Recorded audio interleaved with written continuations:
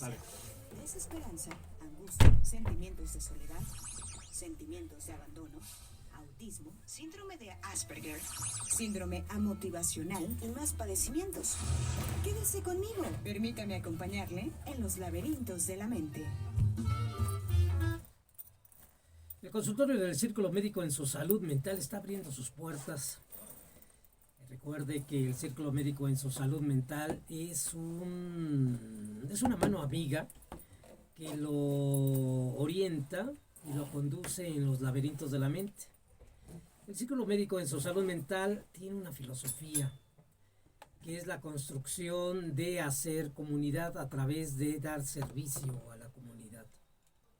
El Círculo Médico en su salud mental, como le digo, es un programa de servicio a la comunidad.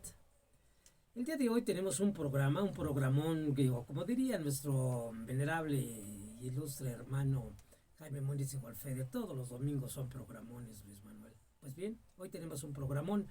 Vamos a hablar acerca de la relación salud mental, educación o educación salud mental. Es importante reconocer que la educación sin salud y la salud mental sin educación, pues es muy complicado. El Círculo Médico en su salud mental es un programa de salud, de educación para la salud mental. Comenzamos.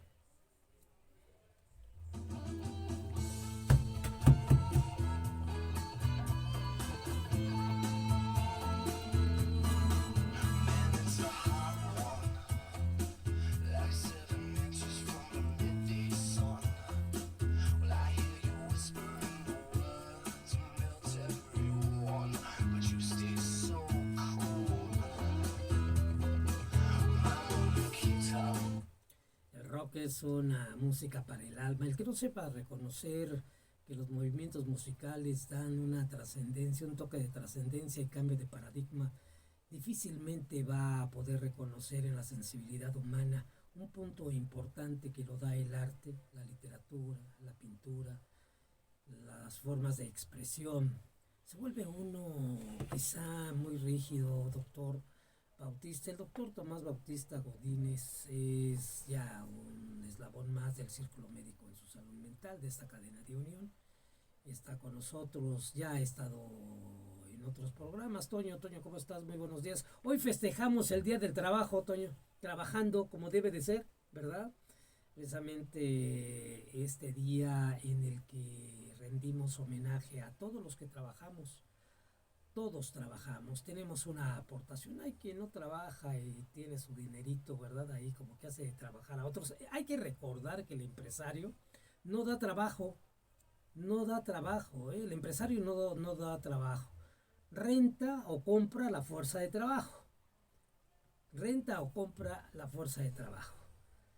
Esto de que da trabajo, crea empleos, no es cierto, o sea, no es verdad. Ellos rentan o compran la fuerza de trabajo. Ahí nos tienen trabajando las 8 horas y a través de eso un salario. Afortunadamente Andrés Manuel López Obrador ha aumentado el salario, que tenía muchos años, el salario mínimo, que muchos años que no aumentaban el salario. Y afortunadamente hoy ha aumentado, aunque va de mano la inflación que ha tenido. Pero antes había inflación, pero no había aumento de salario.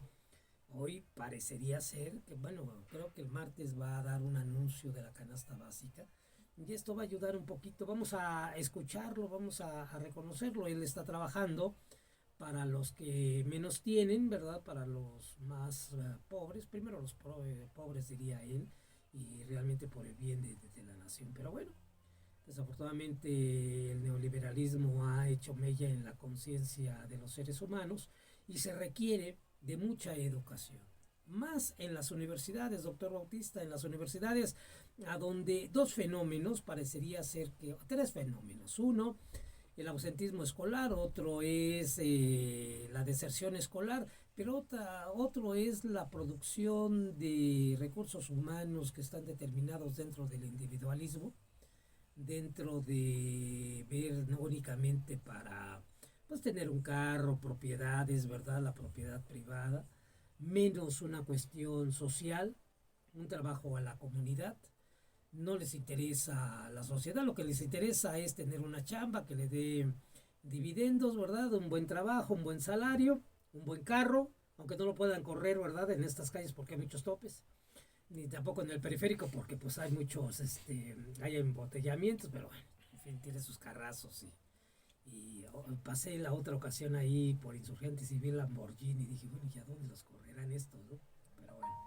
Entonces sí es importante cambiar este paradigma que yo considero que Andrés Manuel lo tiene por ser de izquierda, cambiar el paradigma de lo económico a lo social. Primero lo social y luego lo económico. Pensar en los demás, es empático, es tener esa sensibilidad. Doctor, habíamos platicado anteriormente en un programa que tenías tú, un proyecto interesante precisamente con la Universidad Nacional Autónoma de México y con el Hospital Psiquiátrico Fray Bernardino Álvarez, doctor. ¿De qué se trata? Porque lo habíamos enunciado, ¿verdad? Lo hemos estado anunciando en otro programa. Que estabas tú construyendo esta situación, pero hoy parece ser que ya tiene un poquito más de forma, doctor. ¿De qué se trata esta situación pensando en la ausentismo escolar, la deserción escolar y uno de los síndromes que están implicados ahí, el síndrome del estudiante, ¿verdad? Comandado por la procrastinación, esto de retardar los trabajos, llegar tarde, ¿verdad? También, pues para que no me pregunte, porque a veces es muy angustiante cuando pasan la lista y ya va a llegar mi nombre, mejor que no me vea. Se siente muy feo, ¿verdad? Así como, mi nombre, ¿qué hora que digo, no? ¿Qué tal si me preguntan? Doctor, bajo estas situaciones, ¿qué es lo que has pensado, qué ha pensado la universidad, la Cualleda, donde tú estás prestando tu trabajo profesional? ¿De qué se trata el programa del cuidado de sí? Bueno, primero, gracias por permitirme estar aquí, doctor. Tú eres un miembro sí, permanente del Círculo Médico en su Salud Mental, doctor. Claro, gracias. Hasta un poquito más para acá para que hace... Más al centro, doctor, para que... ¿Ahí se escucha? No, el centro para que puedas hablar al centro. Hay un fenómeno, diría que todo lo que acabas de mencionar, de la deserción, del ausentismo, pues prácticamente se sintetiza en esto que se llama el abandono escolar. Diría que en los ámbitos universitarios, quienes hacen investigación educativa, pues hacen referencia particularmente al preciosismo de los conceptos que se utilizan para la descripción de los fenómenos, no por la explicación, pero sí para darles nombres. Aquí hacías referencia al tema de la deserción. En la universidad decían, pues es que no podemos hablar de deserción, desertan en el ámbito militar, pero aquí no. Hace 2015 fui invitado para escribir un libro sobre exclusión educativa y le llamamos así, las paradojas de un sistema excluyente, ¿no? Hay una cuestión muy importante allí. A ver, doctor, entonces lo que tú estás diciendo es que se crea un sistema para excluir a los demás, ¿es lo que estás diciendo, doctor? Sí, bueno, no se crea deliberadamente para excluir, sino que las mismas dinámicas, sí, o sea, si nosotros revisamos los objetivos que están determinando a un sistema, pues no dice que este es para excluir, por eso nosotros le llamamos las paradojas de un sistema excluyente. La situación es que leer literalmente lo que dice algún documento nos podríamos realmente embelecer, ¿verdad? Es más, hasta tomar una posición, mira, estos son progresistas, son humanistas, no hombre, es lo mejor, pero viendo las estadísticas, ¿verdad? Digamos tú que eres un experto en las estadísticas y estás de acuerdo con ellas, pues de repente observamos que de 10, ¿verdad? Solamente uno se titula. Entonces, no sé si el sistema que tú dices que no es excluyente, ¿verdad? Literalmente parecería ser que no, es como los programas sexenales, ¿no? Pues dicen, digo, maravillas, pero en la práctica sucede este fenómeno, entonces ahí tendríamos que analizar. Hablo de lo que plantea Badiou, doctor, hacernos dueños de los procesos. Si no nos hacemos dueños de los procesos, pues nos metemos ahí en un flujo, ¿verdad? Que de momento pues nos podría llevar por otros caminos, doctor. La explicación que estoy dando históricamente en términos del origen temporal, pues no necesariamente quisiera yo ubicarme o que me situara en una categoría del creyente como dogmático de las estadísticas. Creo que las estadísticas ocultan, incluso hace días hacía referencia a un libro que dice cómo mentir con las estadísticas. O sea, no porque yo describa eso significa que yo sea el férreo creyente de las estadísticas, sino que normalmente así se ha estudiado el fenómeno del abandono escolar, describiendo con estadísticas qué es lo que aparentemente lo describe o lo correlaciona. Por ejemplo, las condiciones socioeconómicas, que me parece que por ahí va una cuestión que yo no estoy de acuerdo con ese planteamiento, que el origen te determine. Por ejemplo, origen-destino no es una de los eslogan implícitos que están dentro de quienes estudian generalmente estos fenómenos, pues dicen eso.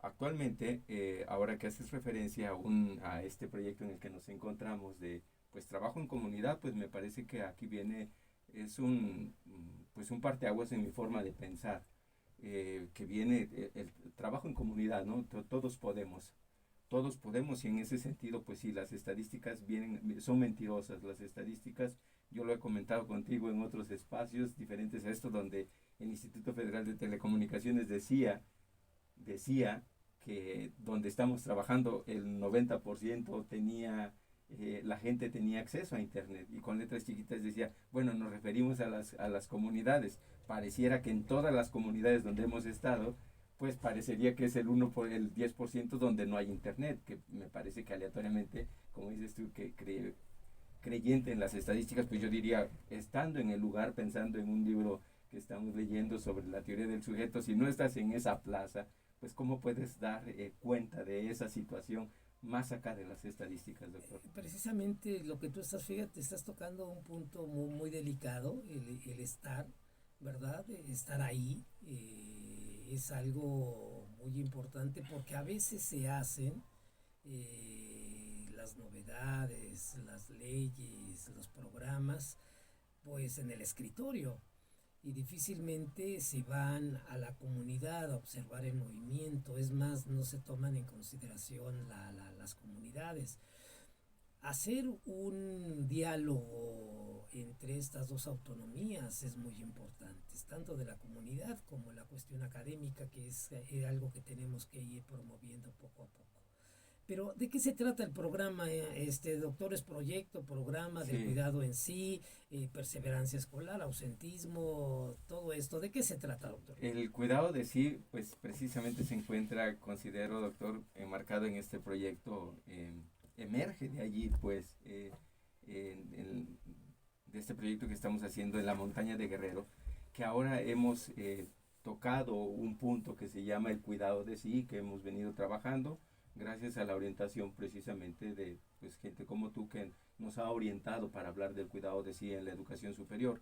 Y pues con estos rasgos de mi formación, que no puedo negar esta condición que me ha establecido en la universidad, pues he estado revisando diversos estudios que se está diciendo acerca del cuidado de sí, dialogando contigo y con otras personas, pues planteamos la idea de, y cómo con la salud, la pregunta era, si nosotros mejoramos la salud física y mental, ¿es posible mejorar la perseverancia escolar? Esa es la pregunta que nos hacíamos.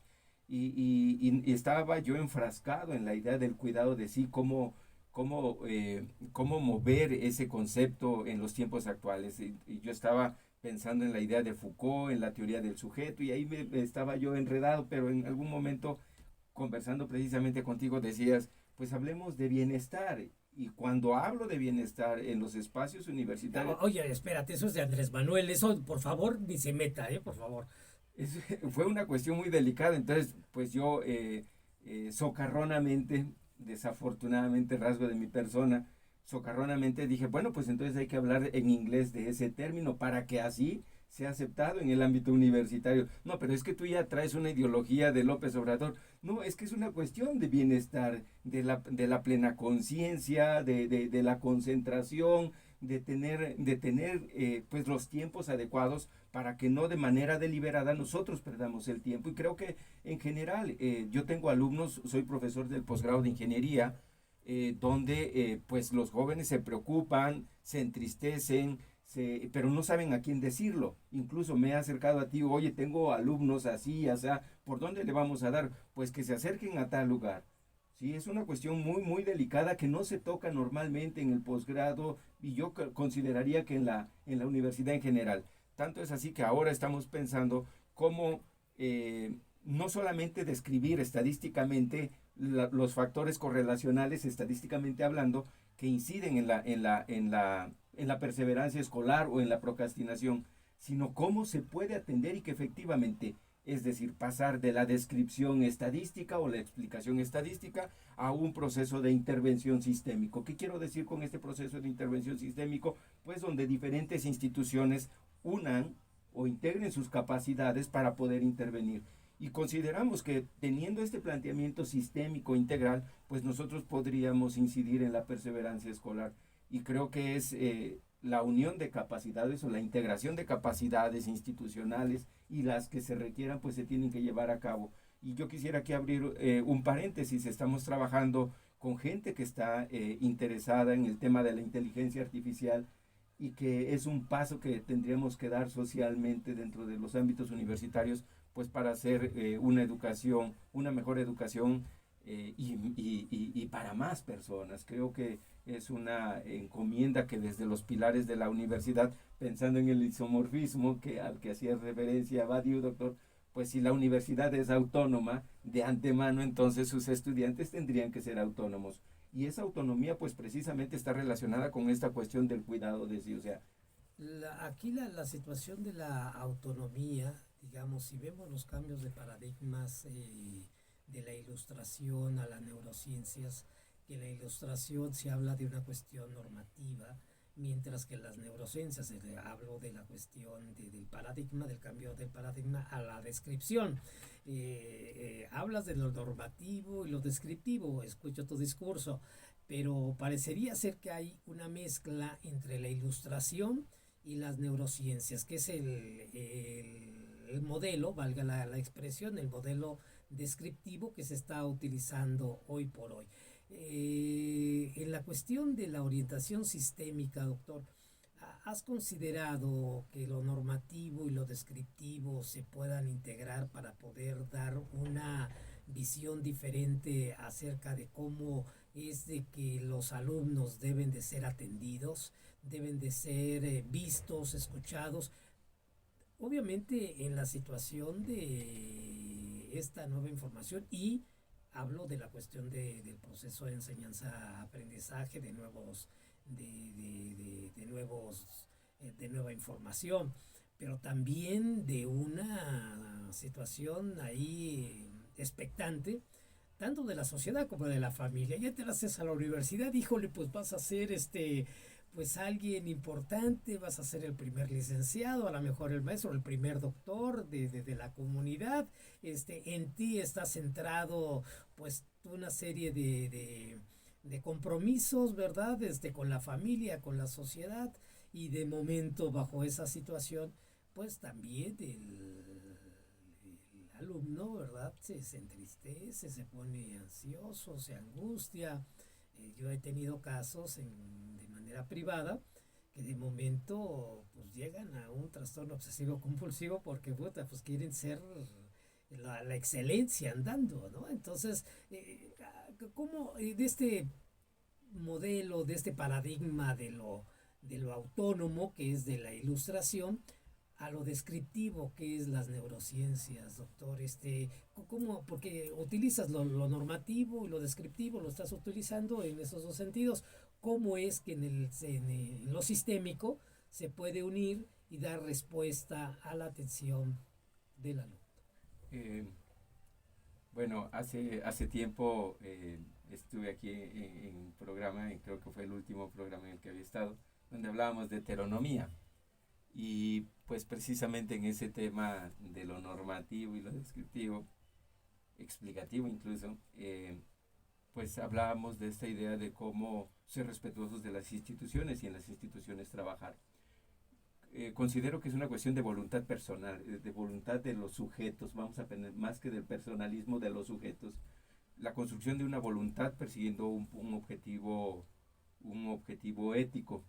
Y aquí espero que no se escuche jactancia, pero en una ocasión dialogaba con el doctor Alfredo López Austin, que decía, sí, pero que no se te olvide el desideratum. En ese momento creo que todavía no tenía noción de que era desideratum. No sé si ahora lo tenga, pero al menos como ingeniero quisiera tener claridad de que, pues si tenemos claridad del proyecto que estamos siguiendo, creo que nos sujetamos al proceso independientemente de los sinsabores. Pero ahí sería normativo, doctor. Si nos sujetamos al proceso, sería normativo. O sea, nos norma el proceso.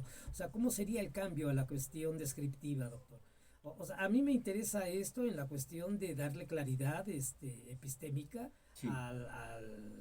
al proyecto, un entendimiento mucho más claro en ese sentido, porque nuestra participación tendrá que ir de lo abstracto a lo concreto, ¿verdad? En situaciones muy, muy específicas. Hablo ya en el trabajo cotidiano de los expertos en las neurociencias, en la ciencia cognitiva, en la cuestión de la resiliencia, en la cuestión de la depresión, en la cuestión de las relaciones interpersonales, los 4 puntos que tú en sus momentos estás pretendiendo estimular para que no haya ausentismo. Y yo sigo hablando de la deserción, aunque sea militar, seguiré hablando de esa deserción, porque los medios de comunicación están hablando de esa deserción, doctor.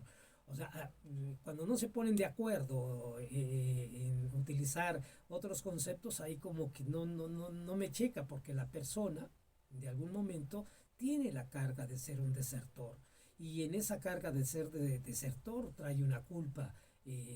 Yo no pude, no tengo capacidad, no puedo competir, etcétera, etcétera, doctor. Quisiera utilizar el modelo que estamos construyendo para poder intervenir, ¿no? Entre lo objetivo y lo subjetivo.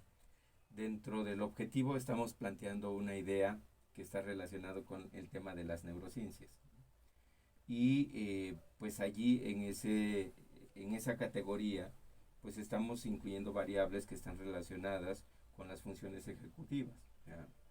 Cómo de acuerdo con lo que hemos estado estudiando y con la orientación que hemos recibido por parte de ustedes, pues hemos identificado que... ¿Quiénes son ustedes, doctor? Ustedes, un equipo designado por la doctora Osiris Pasarán en el Hospital Psiquiátrico Fray Bernardino Álvarez. ¿Por qué lo psiquiátrico y no lo psicológico, doctor? Porque ahí es una situación ahí que me brinca, doctor. Creo que no está desprendido. Estoy abordando en este tema de lo psiquiátrico relacionado con las estructuras mentales. No quisiera meterme en esos términos para no invadir, porque no soy un experto en la psiquiatría, por eso estamos recurriendo al tema, bueno, a los equipos, a las capacidades institucionales. Pero sí hemos, bueno, al menos he estado entendiendo cómo funcionan las estructuras cerebrales para determinarse, autocontrolarse, y lograr tus actividades, cómo planear. Yo soy un estudioso de la planeación, doctor, te lo he comentado. Mis estudios doctorales fueron relacionados con sistemas y planeación, pero en ningún momento nosotros tocamos el tema que estaba relacionado con estructuras mentales. Esa es la parte objetiva. Y la otra parte, cuando tú dices, y la parte, ¿dónde están los psicólogos? La otra parte es lo subjetivo, doctor. O sea, en esta parte de la subjetividad estamos relacionando el bienestar, ¿no? El well-being, para que no me digan que soy López Obradorista de antemano, ¿no? Sí. Entonces, pues... Estás negado, sí, pero no solamente negado tú, sino también el mismo proyecto. O sea, si hablas de bienestar, parecería ser que es en automático. En automático es no, pero bueno, también hemos aprendido que todo es no. O sea, todo, nosotros hemos estado trabajando a partir del no. O sea, cuando encontraba yo en la filosofía, gracias a ciertas orientaciones de, pues es que es no, pues sí es no, o sea, pero ahora, ¿qué hacer para que sea así? Ese es el ejercicio dialéctico en el que estamos trabajando. Hablabas, doctor, acerca de Badiou, y él decía que en todo cambio emergen 3 figuras importantes en todo cambio en las relaciones interpersonales o institucionales. Uno es el reaccionario, ¿verdad? Aquel que dice que no, otro es el leal, el que dice vamos a hacerlo, y el otro es el oculto. Parecería ser que la universidad es reaccionaria. Híjole, perdón, estoy siendo muy agresivo con la Universidad Nacional Autónoma de México, pero cuando tú planteas el bienestar y es no. O sea, inmediatamente, no, eso es una respuesta reaccionaria, ¿no? Y decías en algún momento que los de izquierda eran reaccionarios. O sea, digo, ahí sí me llama la atención, doctor.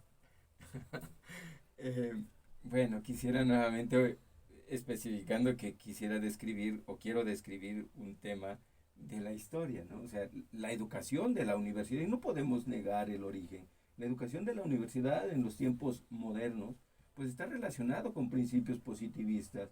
Y el positivismo, pues está efectivamente, si es esto, entonces lo otro, tal cual, ¿no? O sea, como si fuéramos entes meramente orgánicos, biológicos y no pensantes en términos de la memoria. Ahí precisamente lo que tú planteabas, lo objetivo y los objetivos, ¿no? Así es. Okay, okay. Así es. O sea, te desprendes del objetivo y te vas a la subjetividad.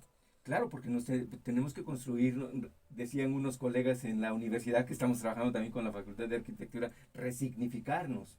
O sea, ahora entiendo que en los términos de Alan Badiou, pues hablaba de eso, de resignificarnos, de la construcción de realidades alternas. ¿Sí? Simbólicamente hablando es fundamental, doctor. De lo contrario, ¿cómo podríamos cambiar si tenemos estos principios positivistas, ¿no? Que Medin Tasby en su momento leíamos?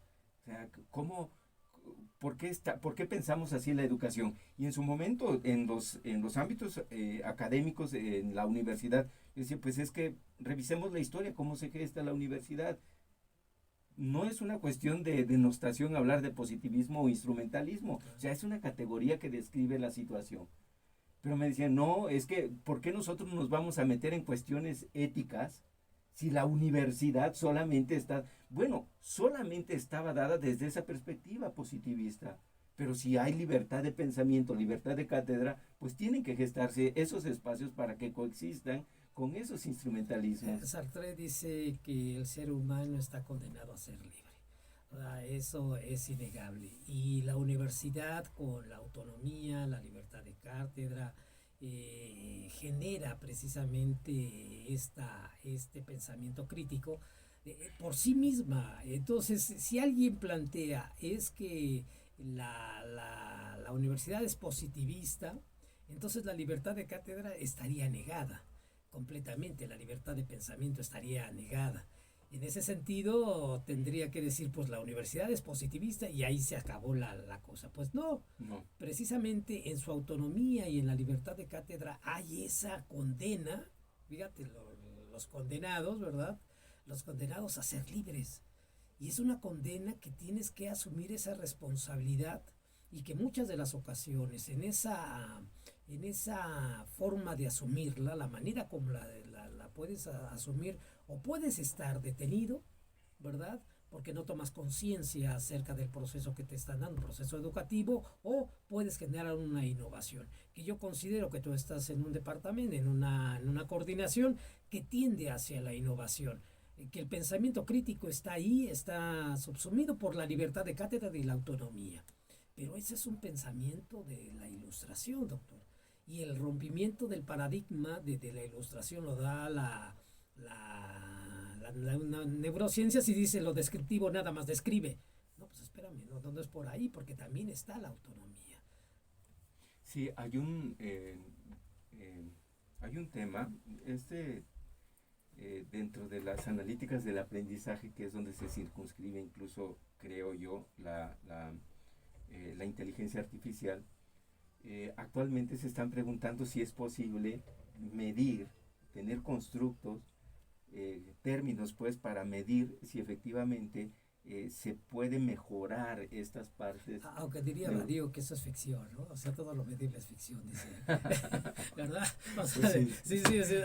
Pensando en la cuestión de la trampa o de la mentira estadística, doctor, parecería ser, y bueno, tú has leído a Badiou, afortunadamente, y has observado que la matemática tiene esa fuerza de la libertad, pero también de la mentira. Es una cuestión de transformación, ¿no? O sea, pensando en esta idea de lo ontológico que hace referencia a Badiou, o sea, la presencia del ser en ese ejercicio continuo de transformación o de cambio. Y en ese sentido solamente se da el cambio cuando estamos en una situación. No es una cuestión que la estadística... Y que se da un acontecimiento. Por supuesto, y creo que hace referencia a lo que tú has mencionado, a ese sujeto que dice el que siempre va el reaccionario, o aquel sujeto, la mano que mueve la cuna, en pocas palabras, o aquel sujeto que dice vamos a integrarnos para avanzar. Vamos a continuar porque no hemos entrado a la cuestión del hospital psiquiátrico y de la universidad. Vamos a entrar, hay que recordar que el que se opone es una estrategia, es una táctica. Hay quien se impone oponiéndose a decir todo no, es una forma de ganar. Eso cuando alguien diga no, es que se quiere imponer, esa es su estrategia. Pero vamos a un corte comercial, Toño, porque pues nos estamos atrasando y al rato te van a cobrar a ti. Regresamos. Está escuchando Círculo Médico en su salud mental. En un momento regresamos. Estamos de regreso.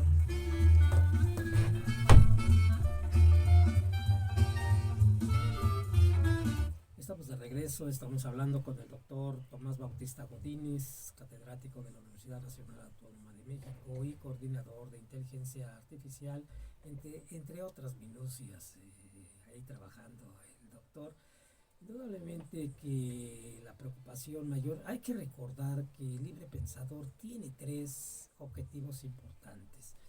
Entre uno de ellos es la educación, o sea, educar al que supuestamente no sabe, pero tiene esa capacidad. La educación tiene un fin, doctor, y es precisamente darle elementos a todas las personas para que puedan ellos también ser gobernantes, ser coordinadores, estar en la proyección. Todos tenemos esa capacidad.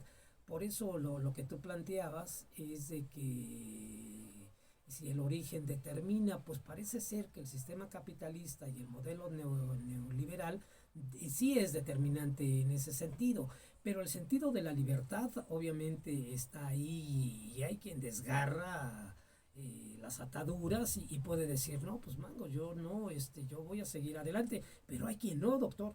Hay quien no, o hay quien llega a la universidad y de repente pues ya empieza a faltar, ¿verdad? O se duerme en clases, o pues tiene que chambearle pues porque no encuentra realmente pues un apoyo económico. Yo diría tres situaciones, doctor.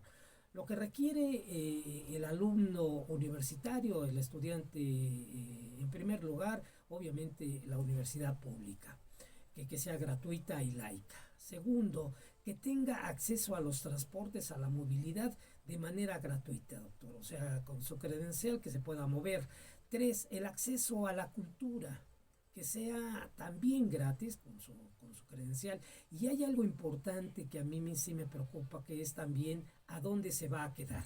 A dónde se va a quedar alumno que de momento pues vienen del interior de la República, ¿verdad? Debería de haber un lugar con dormitorio y con comedor que en su momento creo, no sé, tú desmiénteme, doctor, pero los multifamiliares que construyeron para la universidad eran no solamente para profesores, sino también para alumnos. Vaya, yo creo que ahí el próximo presidente, ¿verdad? Que sea de izquierda, yo espero, Claudia para mí es una persona adecuada, pues que vaya pensando en eso, doctor, porque si no, pues entonces, ¿de qué sirve? Voy a ponerlo así, si es una ayuda, pero ¿de qué sirve que pues no paguen cuotas? Si tiene que pagar hospedaje, tiene que pagar comida, los libros tienen que tener un acceso. Afortunadamente hay una biblioteca amplia en la universidad, entonces, y también el Fondo de Cultura Económica con la nueva administración está haciendo una apertura muy interesante con libros económicos realmente. Entonces así se tiene que realizar el acceso a la educación para pensar en los recursos humanos que próximamente tendrán tareas para la gobernabilidad de este país. Y no solamente ciertas universidades preparen a los alumnos para que ellos sean los que ordenen o los que manden, doctor. Sí, doctor, pues hemos estado trabajando en una idea de la construcción de posibilidades. Y nuevamente entre el objetivo y lo subjetivo aquí, pues has descrito creo que lo que se requiere para que las y los estudiantes tengan pues otras formas de estudiar y de hacer las cosas. Y la parte de subjetividad, pues precisamente está relacionada con el ejercicio crítico del pensamiento, doctor. Me parece que ese ejercicio crítico no es una cuestión de oponerse por oponerse, sino de reconocer los acontecimientos históricos. Y decía una colega en la universidad que no usaba este término, pero recientemente me agradó, que dice, no, no es desarrollo histórico, es devenir histórico. Y dije, perfecto, claro que sí es un devenir histórico. Y hace referencia a esos edificios habitacionales que tiene la universidad.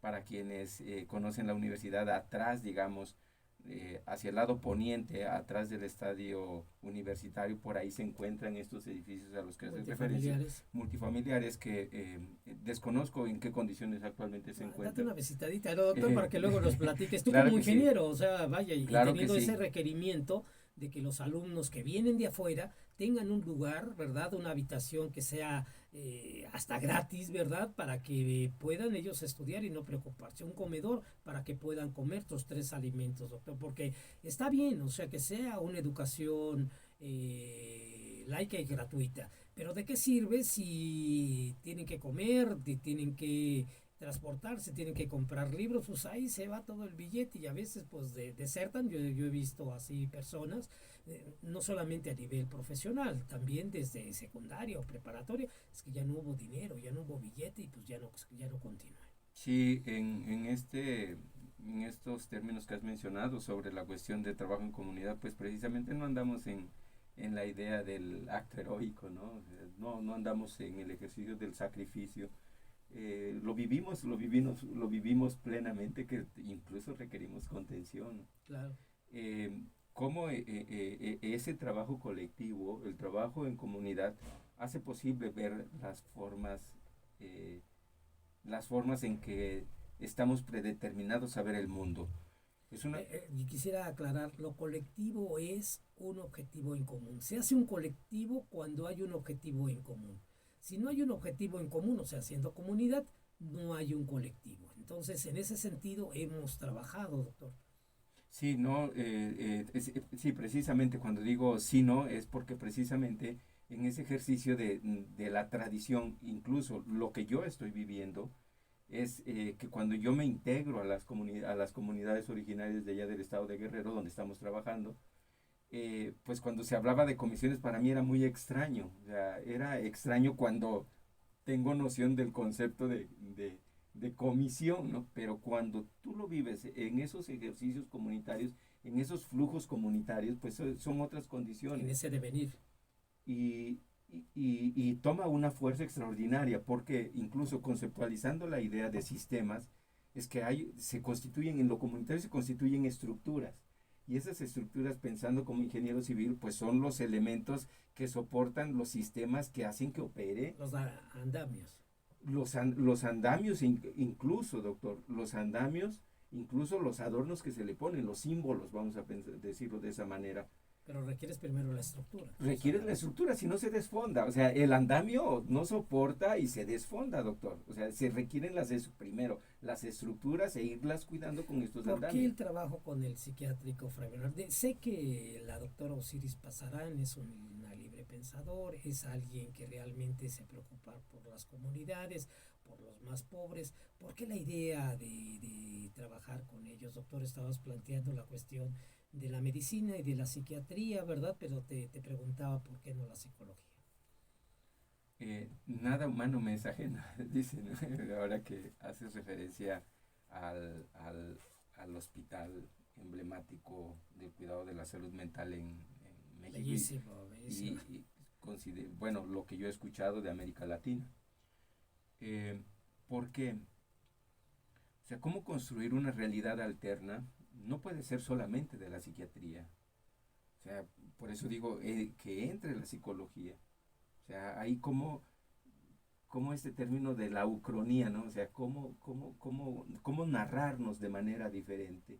Resignificarnos, ¿no? Porque de lo contrario estaríamos entonces, pues sí, ahora que llegó el teléfono, pues dicen, es que los dispositivos electrónicos propician, estamos determinados por el uso de la tecnología. ¿Por qué el hospital psiquiátrico, doctor? ¿Por qué permítese con todo respeto, cómo te atreves, ¿verdad?, a tocar la puerta del psiquiátrico si socialmente, pues hay una serie de discriminación, vamos a decirlo así? Hemos visto la semana pasada, nos decía el doctor Mario Mendoza Silva, que a los psiquiatras pues no los ven muy bien en los hospitales generales, que ahora la nueva ley de salud mental va a permitir la integración de los psiquiatras en los hospitales generales. Y tú, catedrático de la universidad, creando este proyecto, ¿verdad?, para que el alumno continúe, ¿verdad?, te acercas a que parecería ser, hablo que de momento puede emerger un antipsiquiatra. No, pues como en el hospital psiquiátrico, deberías ir a otro lugar. ¿Por qué, doctor? ¿Por qué el hospital psiquiátrico? Sé que ahí está un objeto de estudio muy importante, que es la enfermedad mental, pero también está el punto de rehabilitación, que el doctor Rodrigo Figueroa, que tú lo conoces muy bien, que ha estado con nosotros, está trabajando en la rehabilitación y es un maestro de las neurociencias. Pero, ¿cuál fue la idea de que te dijo mentalmente, ¿verdad?, tu conciencia, Pepe Grillo, te dijo, oye, el hospital psiquiátrico, ¿por qué, doctor? En casa sí, precisamente así me dicen Pepe Grillo cuando tengo que tomar decisiones, ¿no? eh, eh, Es importante saber esta parte, doctor. Precisamente por este estigma que hay hacia los hospitales psiquiátricos, hacia los psiquiatras, a los psicólogos, trabajadores sociales, enfermeros que trabajan en una institución de esa índole. ¿Por qué tú en la universidad te atreviste a decir, bueno, es el hospital psiquiátrico que ahí aporte? ¿Cuál es la aportación y por qué viste que era importante, doctor? hay una inspiración en uno de los libros de Alain Badiou, que es ética, un ensayo sobre la conciencia del mal, ¿no? Ahí encontramos pues unas líneas donde dice, ¿y qué hacen los hospitales? O sea, no pueden ser solamente normativos. Hay que acercarnos a las instituciones con esa voluntad de que es posible hacer las cosas. Y creo que hay un momento de convergencia, y aquí quisiera nuevamente evocar a esta institución en la que laboro, que es la CUAYED, dentro de la UNAM, la Coordinación de Universidad Abierta, Innovación Educativa y Educación a Distancia, y me invitan a participar dentro de las analíticas del aprendizaje, me invitan a participar en un recinto que para mí me parece extraordinario, que fue como el escenario donde se comienzan a visualizar ciertos elementos para que se puedan integrar, ¿sí? Aquí estuve en la Asociación Nacional se me fue el nombre, en el centro médico. En el centro médico, la Asociación Mexicana, ¿no?, de medicina, ahí estuve con varias personalidades planteando estas ideas.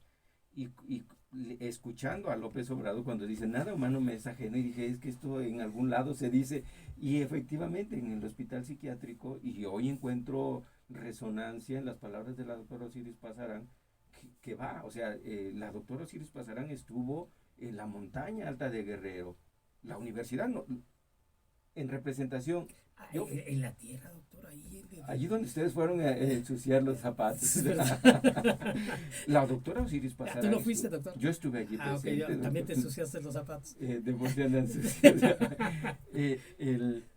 La doctora Osiris Pasarán estuvo allí. Creo que es uno de los elementos, es que esa palabra me parece estridente por la carga de humanismo que tiene. O sea, estemos allí para no hablar de hasta allá. Estar ahí me parece que cambia las formas de ver el mundo. Y me acuerdo que se llevó tortillas y café, doctor.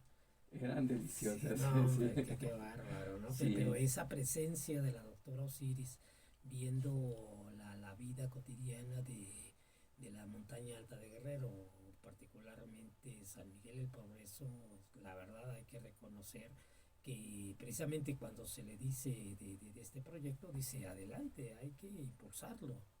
Sí, y creo que allá en la montaña, cómo referirnos a los otros, ¿no? O sea, lo pondría en esos términos, cómo referirnos a los otros. Y creo que, pues tanto es así que el hospital psiquiátrico ha capacitado a 6 personas, ¿sí? A 6 personas especialistas con conocimientos en temas de la salud para que El MHGAP. se integre el conocimiento de la guía MHGAP en los pueblos originarios. ¿Sí? Y me parece que ese es uno de los puntos de cómo estar en la comunidad o de cómo estar en comunidad para seguir construyendo. Sí, el pensamiento liberal de la doctora Osiris Pasarán es hacer comunidad y hacer una comunidad que fluya, que florezca, que se mantenga el bienestar, doctor. Ese fue el sentido de ir al hospital y decir, doctora, participa en este proyecto del cuidado de sí. Sí, doctor, pero incluso hay un antecedente que ahí, por eso hoy me genera prurito el tema de las estadísticas, incluso de las encuestas. ¿Por qué? Porque cuando estamos por primera vez en la comunidad, se acerca la gente a decirme, oye, mi hijo es grosero, violento, para no decir agresivo, que incluso hasta nos quiere pegar y no sabemos cómo controlar a mi hijo. Yo lo planteo en el Hospital Psiquiátrico Fray Bernardino Álvarez. Está sucediendo esto. Y en la comunidad dicen, bueno, es que nosotros cuando pedimos salud, es que no hoy queremos... No, era una cuestión de vivencia, de estarlo viviendo y de la preocupación de los rostros de las personas de ver cómo cuidar a sus hijos. O sea, no queremos que caiga en esta situación, pero tampoco en esta. ¿Cómo le hacemos? Y cuando yo estuve en la comunidad, supusieron que yo era un psiquiatra o un psicólogo. Les dije, no, yo soy ingeniero. Yo soy ingeniero que estoy aquí por el tema de la educación. Ah, entonces tú no eres psicólogo. No, pero pues permítanme ser el portavoz para decir esto en las instituciones que tienen esas capacidades para atender esto. Y es así como inicia, doctor, esta cuestión. Pero en la estadística, pues la estadística dice, como he visto estudios del Colmex, por ejemplo, dicen, bueno, las estadísticas es que no es que no aprendan porque son gente indígena, sino porque son pobres. Y la pregunta es, ¿y? O sea, aquí... digamos, aquí hemos trabajado, Toño, la iatrogenia psicológica, cómo ciertas palabras pueden herir a las personas, pueden deteriorar a las personas y en algún momento generar situaciones afectivas delicadas, que hay que saber cómo es que nos dirigimos. Parecería ser que la pobreza es una discapacidad cognitiva que no permite el aprendizaje.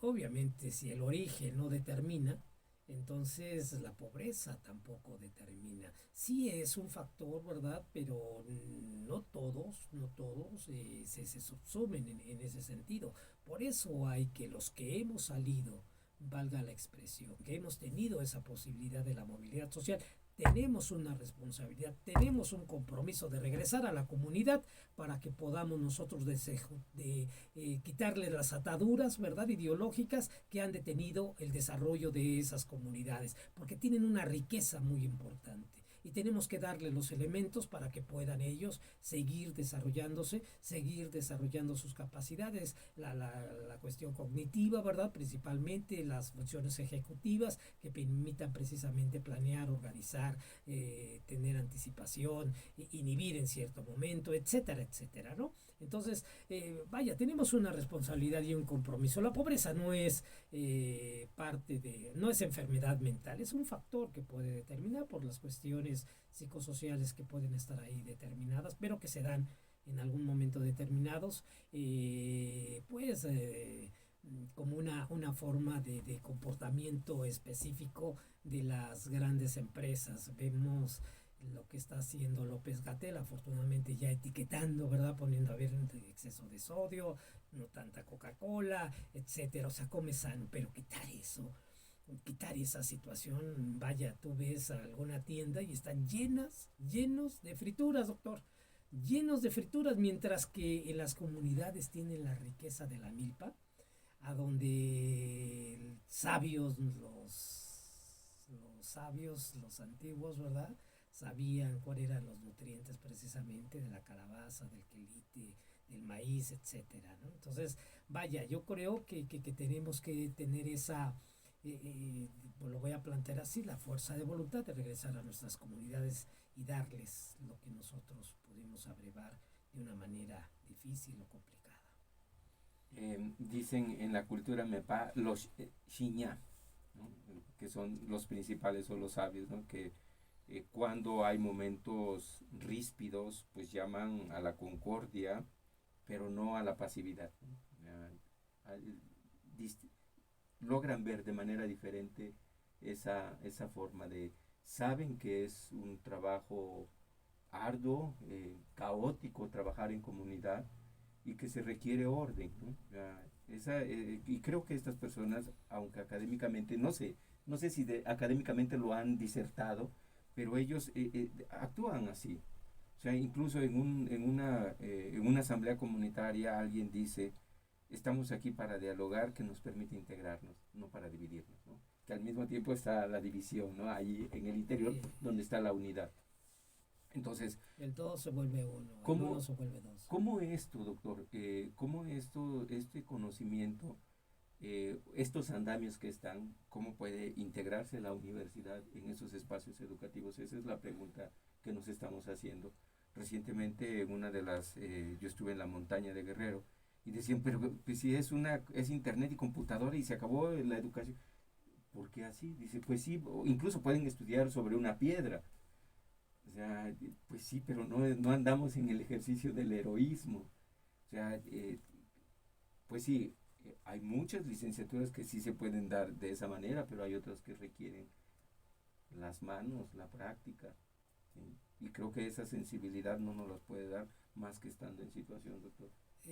Lo que sí es cierto, en esa situación del ya hacerlo de manera inmediata determina en un momento, ¿verdad?, la creación de situaciones más loables o más con condiciones que puedan desarrollar un conocimiento mucho mejor para que haya una practicabilidad o aplicabilidad del conocimiento, para que se observe que pueden en algún momento determinado transportar o exportar ese conocimiento a otras comunidades y a algún país o al mismo país. O sea, yo creo que no hay que generar autarquía, sino precisamente la universidad lo que trata es crear recursos humanos para la república, para la nación, para el país, y no quedarse solamente en la universidad, y no irse de la universidad y pensando únicamente en una cuestión individualista, sino que sea comunitaria. Primero lo social y luego lo económico, doctor. Bajo esta situación, el Fray Bernardino te traerá precisamente esa posibilidad, doctor, en el proyecto que tú estás realizando. Sí, doctor, noto, o sea, bueno, no solamente notar de ver, ¿no? Sino de acciones concretas en el hospital psiquiátrico. Eso es lo que vivo allí.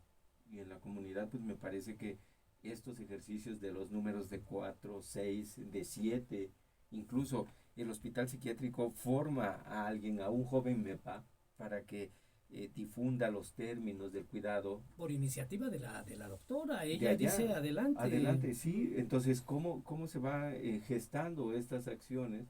Pues a partir de una acción práctica y con una voluntad política, que creo que lo he encontrado, o estoy plenamente cierto de que en el hospital psiquiátrico pues está esa decisión. La Facultad de Psicología en su momento albergó, le dio hospedaje al movimiento antipsiquiátrico. Hablo de Franco Basaglia, por ahí a Brownstein, algunos que estuvieron ahí trabajando, doctor. Cuando tú propones al hospital psiquiátrico en tu espacio académico, ¿cuál fue la reacción, doctor? Quisiera,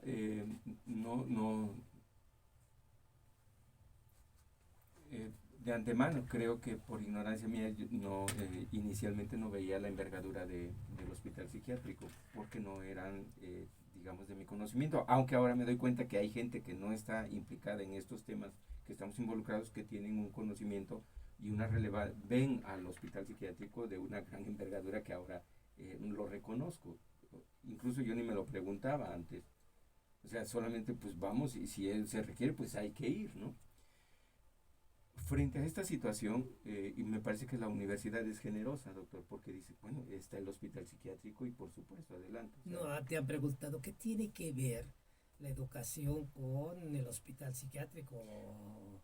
No te han preguntado. no, doctor. Más bien, yo he dicho que cuando he estado en la comunidad, hay veces que hemos viajado con un psicólogo del Fray Bernardino.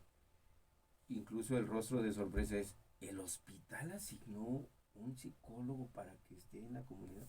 Sí, y esos son los rasgos que a mí me van sensibilizando mucho más, que incluso espero que no me paralice por reconocer ahora los tamaños de autoridad moral que tienen en ese ejercicio, doctor, y que pues ahí solicitaría al equipo que pues nos cohesionáramos para continuar avanzando cada vez más en esos sentidos. Y pues sé que tú trabajas en el hospital psiquiátrico y mi gratitud a la doctora Osiris Pasarán. Eso es, bueno, estamos ya a punto, ya estamos para irnos, nos queda un minuto. Eso es. ¿Alguna otra cosa que quieras plantear cuando empieza este programa a llevarse a cabo? Ya tienes pláticas con el Fray Bernardino, doctor, ¿para cuándo? Están conformados dos equipos ya. Uno, especialistas de educación a distancia de la Universidad Nacional Autónoma de México, particularmente de la UAYED.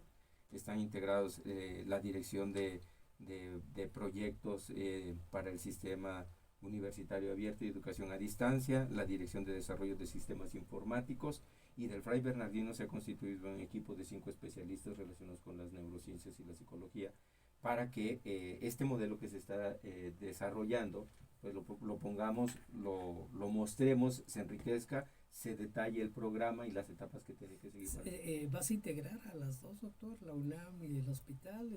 ¿Va a haber una reunión allí de estos directores con el equipo? Va a estar interesante, doctor. Va a estar interesante, sí, seguramente, como lo dije al principio de la sesión de este programa de radio, pues recurriremos a Pepe Grillo para que nos diga cómo, para que sea un espacio de fraterno, que se determinen las condiciones y las acciones que se tienen que llevar a cabo para que pues hagamos bien a la universidad, doctor. O sea, el 50% de los jóvenes universitarios quedan en el abandono o en la deserción, ¿no?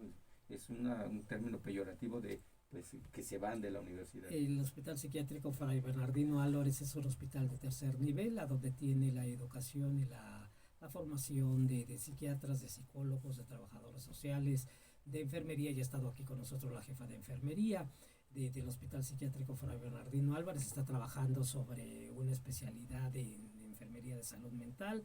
Está moviéndose el hospital. Te agradezco mucho tu generosidad, doctor Tomás Bautista Godínez. Próximamente te invitaré para que nos digas cómo fue este encuentro entre estas dos instituciones, que parece muy importante. ¿Qué es lo que sucedió? ¿Cómo lo vivenciaste? ¿Cómo reuniste? ¿Cómo se da precisamente esta integración?